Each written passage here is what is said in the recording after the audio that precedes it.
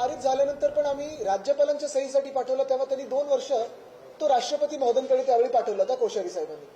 कोविंद साहेबांनी तेव्हा काही सही केली नाही. मग आमचं सरकार पाडलं गेलं. त्यानंतर मुर्मू मॅडम आल्या राष्ट्रपती महोदया म्हणून आणि त्यांनी तो कायदा पारित केला. पण कायदा पारित झाल्यानंतरच काही जागा मालक कोर्टात गेले की सक्षम प्राधिकरण कोण आहे, कॉम्पिटंट अथॉरिटी कोण आहे, निर्णय कोण घेणार की ही इमारत डिलॅपिडेटेड आहे की नाही, तर कोर्टात गेले.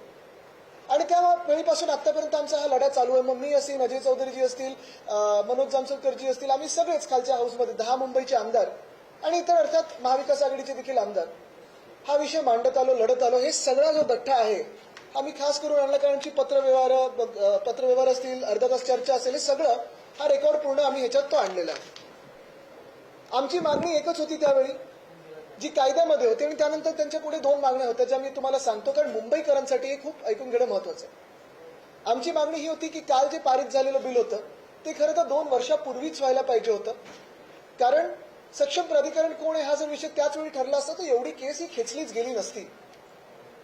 काल आता पारित झाल्यानंतर 20 तारखेलाच ही केस आहे.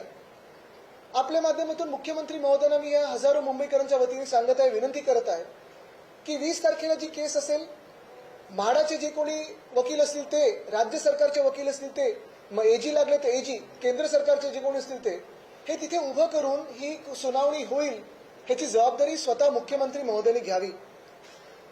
नुसतं काल कायदा झालाय, अजूनही ते सबज्युडिस आहे. काल कायदा झाला म्हणजे सेसमध्ये राहणाऱ्या किंवा पगडीमध्ये राहणाऱ्या लोकांनी अजूनही हे विचार करू नये की आता आम्ही घर सोडून जाऊ शकतो, आमचा कायदा पास झालेला, पारित झालेला नाही. काल कायदा पारित झालाय पण निकाली ही केस लागायची आहे. म्हणून कृपा करून कोणी जर तुमच्याकडे जागा मालक आलं, बिल्डर आलं की बघा आता तुमचा तर पुनर्विकास होणारच आहे, विकास होणारच आहे, घर सोडून जाऊ नका. बाहेर देखील आम्ही ज्या मागण्या मांडत आहोत, मग शिवसेना उद्धव बाळासाहेब ठाकरे पक्ष म्हणून असेल, पगडी एकता संघाचे मुकेश आहेत आणि अनेक असे लोक आहेत जे आमच्यासोबत काम करतायत. इथे मातोश्रीवर प्रत्येक आठवड्यात वेगळ्या वेगळ्या चाळींसोबत, इमारतींसोबत बैठका होतात आमच्या, आणि त्यांच्या मनात सक्षम प्राधिकरण सोबत अजून एक भीती आहे जी मी मुख्यमंत्री महोदयांना पुन्हा एकदा विनंती करतो आणि आठवण करून देतो. अनेकदा पत्र लिहिली आहेत, भेटीगाठी झाल्यात, तेव्हा पण विचारले की सक्षम प्राधिकरण हा एक विषय झाला, पण ह्याच्या पुढे जाऊन आता हा कायदा पारित झाल्यानंतर जर हा निकाल लागला 20 तारखेला, त्यानंतर म्हाडाचा जो एसओपी आहे, स्टँडर्ड ऑपरेटिंग प्रोसिजर, ते तुम्ही बनवलेलं आहे, ते टॅग कमिटीकडे कसं जाणार, डिलॅपिडेटेड स्ट्रक्चर कोण डिसाईड करणार, जागा मालकांना तुम्ही अपीलमध्ये जायला देणार, हे सगळं थोडं बदलून सोपं करा, सरळ करा. आणि ठीक आहे, जागा मालकांना त्यांचा न्याय हक्क जो असेल तो द्याच, पण जे भाडेकरू आहेत त्यांचा देखील आवाज दबला जाणार नाही ह्याची पण काळजी आणि दक्षता तुम्ही घेणं गरजेचं आहे. आणि तिसरी गोष्ट आणि सगळ्यात महत्वाची गोष्ट आपल्याच माध्यमातून ह्याच कायद्यासाठी, ती म्हणजे तुम्हाला एविक्शन नोटीस येतील तर आम्हाला संपर्क करा. आणि मुख्यमंत्र्यांना परत एकदा सांगतोय की अनेक जागा मालक असतील किंवा बिल्डर असतील, मुंबईकरांना धमकवतात ह्या सेस प्रॉपर्टीजमध्ये किंवा पगडी प्रॉपर्टीजमध्ये, नोटीसेस पाठवत आहेत आणि घर खाली करण्याची त्यांना धमक्या देत आहेत.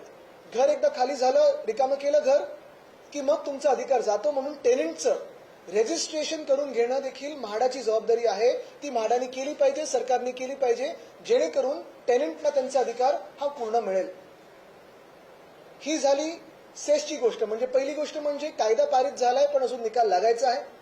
दुसरी गोष्ट म्हणजे मुख्यमंत्री महोदयांनी एविक्शनच्या नोटिसेसवर बंदी आणावी, नाहीतरी सबज्युडिस आहे आणि आता कायदा केलेला आहे. आणि तिसरी गोष्ट म्हणजे कुठेही जी काही ह्या टॅग कमिटी वगैरेचा सगळ्याचा काही गोंधळ आहे तो सरळ आणि सोपा करावा. जसं सेस बद्दल हा एक विषय आहे, तसा दुसरा विषय म्हणजे काल मुख्यमंत्री महोदयांनी एक सन्मान्य सदस्य कालिदास कोळंबकरजींना क्रेडिट देत असताना सांगितलं की पोलीस हाऊसिंग बद्दल आता आम्ही विचार करणार आहोत. तसं पाहायला गेलं तर मुंबईतले सगळेच आमदार आणि खास करून आम्ही शिवसेना उद्धव बाळासाहेब ठाकरे पक्षाचे आमदार हे पोलीस हाऊसिंग बद्दल असेल किंवा शासकीय कर्मचाऱ्यांबद्दल असेल, प्रत्येक अधिवेशनात आवर्जून हा विषय मांडतो. मग कुठच्याही चर्चेतून असो, लक्षवेधीमधून असो, प्रस्तावामधून असो, पोलीस हाऊसिंग बद्दल आम्ही आग्रही असतो.